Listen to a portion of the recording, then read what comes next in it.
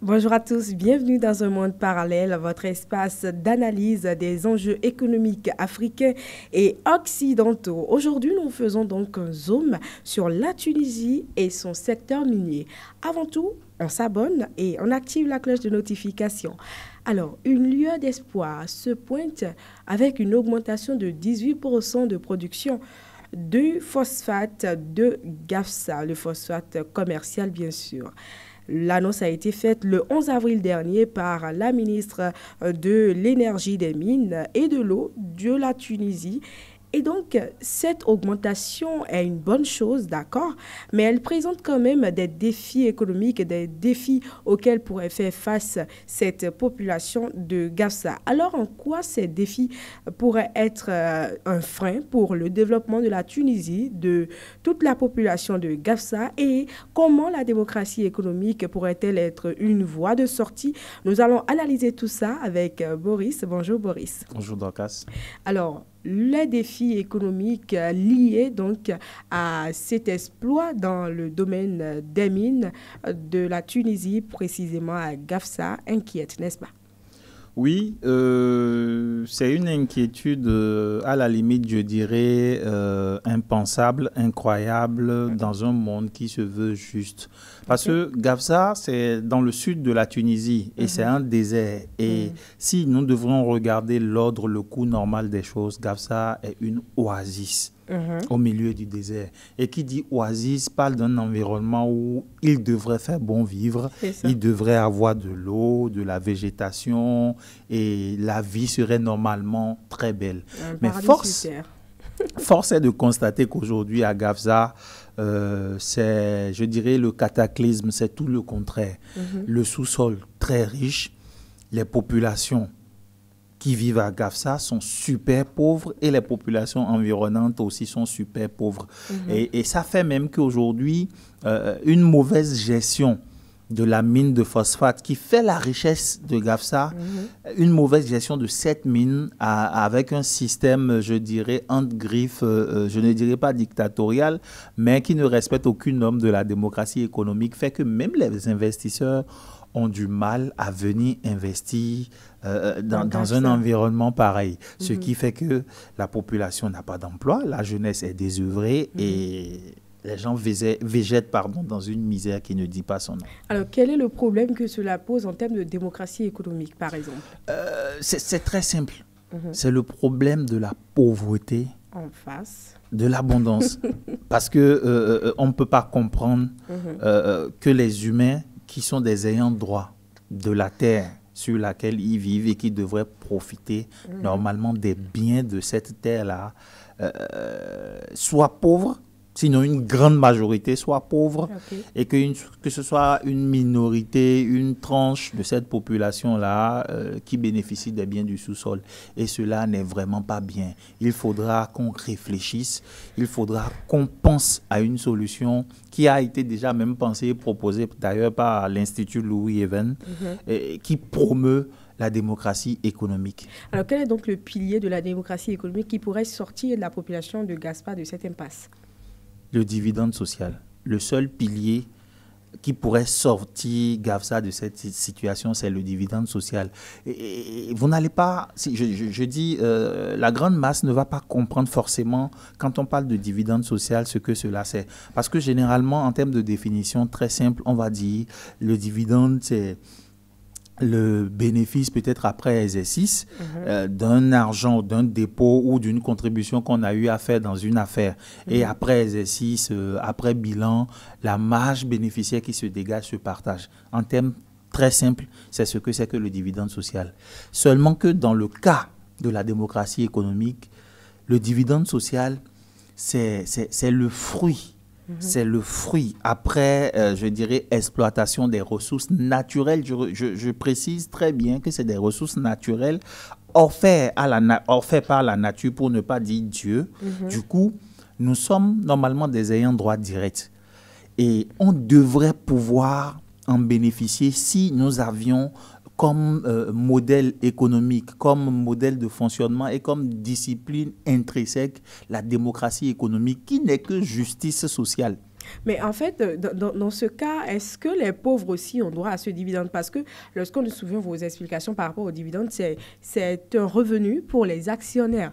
Mais dans le cas du dividende social, vous nous dites que tout le monde a droit. Est-ce que les pauvres aussi ont droit à ce dividende? Je vais vous donner un exemple terre à terre. Actuellement, vous êtes en train de respirer. Bien sûr. L'air que vous respirez, qui nous la donne? Dieu. Donc, vous devriez pouvoir simplement comprendre que même les ressources du sous-sol qu'on a, ce n'est pas l'apanage d'une frange de la société. Non, c'est Dieu qui nous a donné toute cette richesse-là, toutes ces richesses, que ce soit le pétrole, que ce soit le phosphate, que ce soit l'eau qu'on boit, que ce soit le diamant, que ce soit le coltan. C'est des ressources dont Dieu nous a fait grâce afin que nous puissions en bénéficier. Donc, dans un monde où l'équilibre est parfait, nous devrions pouvoir nous réclamer des dignes héritiers de ces biens-là. Si elles sont bien gérées, et elles sont gérées, quand je dis bien gérées, si la démocratie économique est le principe intrinsèque de toutes les démocraties ou de toutes les nations, nous devrions pouvoir partager le fruit après exploitation de ces biens-là. Je vous donne un exemple très simple. Nous exploitons le phosphate de Gafsa. Ça génère des bénéfices. Les bénéfices, on les partage. Ça peut être mensuel, ça peut être trimestriel, ça peut être annuel, mais idéalement, ça pourrait être mensuel, de sorte à permettre aux populations de Gafsa d'aller acheter du pain à la boulangerie, d'aller se faire soigner dans des hôpitaux qui auraient été construits avec l'argent du phosphate, de construire des forages pour que les populations puissent avoir accès à l'eau. Du coup, on partage véritablement cet héritage-là dont Dieu nous a fait grâce. Mais pour ce faire, il faut qu'on inculque à la population le concept de la démocratie économique, le concept du dividende social et leur faire accepter. Quand je dis accepter, c'est la frange dirigeante politique généralement qui nous dirige. On connaît la démocratie politique. Je reviens dessus. On connaît la démocratie politique. Il faudrait maintenant qu'on essaye la démocratie économique afin que les populations puissent vivre. Car l'objectif de tous ces biens dont Dieu nous a dotés, c'est de pouvoir nous permettre de nous épanouir et de vivre heureux. Alors très brièvement, à quoi on aurait eu droit dans la situation de Gafsa dans un monde parallèle? Dans un monde parallèle, je vous ramènerai à Gafsa, où le principe de base est la démocratie économique.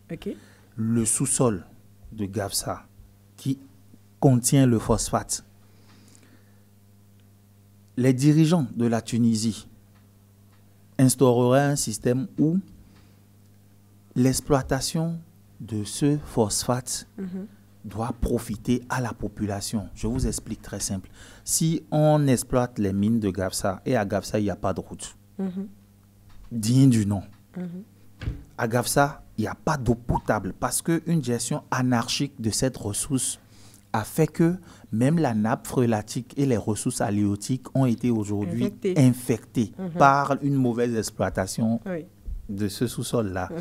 Et dans un monde parallèle, tout ceci est régulé, régi par une transparence et une rigueur de la démocratie économique, de sorte que les ressources tirées de l'exploitation construisent des écoles, construisent des forages, créent d'autres industries parallèles qui vont générer et même faire fructifier les bénéfices tirés de l'exploitation du phosphate de Gafsa, de sorte qu'il y ait des produits dérivés, il y ait des industries dérivées pour que toutes les populations de Gafsa et les populations environnantes bénéficient directement ou indirectement de la richesse qu'est le phosphate à Gafsa. Merci beaucoup Boris. Amis internautes, dans un monde parallèle à Gafsa, 18% de plus de production du phosphate commercial aurait donné lieu à une population qui a un style de vie amélioré, qui a de l'eau, qui a des hôpitaux, qui a de bonnes routes. Les jeunes ont des emplois dignes du nom et puis tout le monde est à l'aise dans cette communauté où le sous-sol est extrêmement riche. C'est ce à quoi on aurait eu droit dans un monde parallèle. Quel est le chemin qu'empruntera la Tunisie ? En tout cas, nous savons que la démocratie économique est un chemin qui est important, qui est indispensable à emprunter pour la Tunisie, pour un mieux vivre de sa population, en l'occurrence celle de Gafsa. Voilà tout pour ce monde parallèle. Merci de nous avoir accompagnés dans ce monde parallèle. On se donne rendez-vous très bientôt pour un autre numéro dans un monde parallèle, pour une autre découverte. En attendant, on se retrouve sur notre site internet www.verdemain.org et sur nos canaux digitaux Facebook, Twitter, Instagram, TikTok et bien entendu YouTube, où nous vous invitons à vous abonner si ce n'est pas encore fait. On se retrouve très prochainement, toujours avec le même plaisir. Au revoir.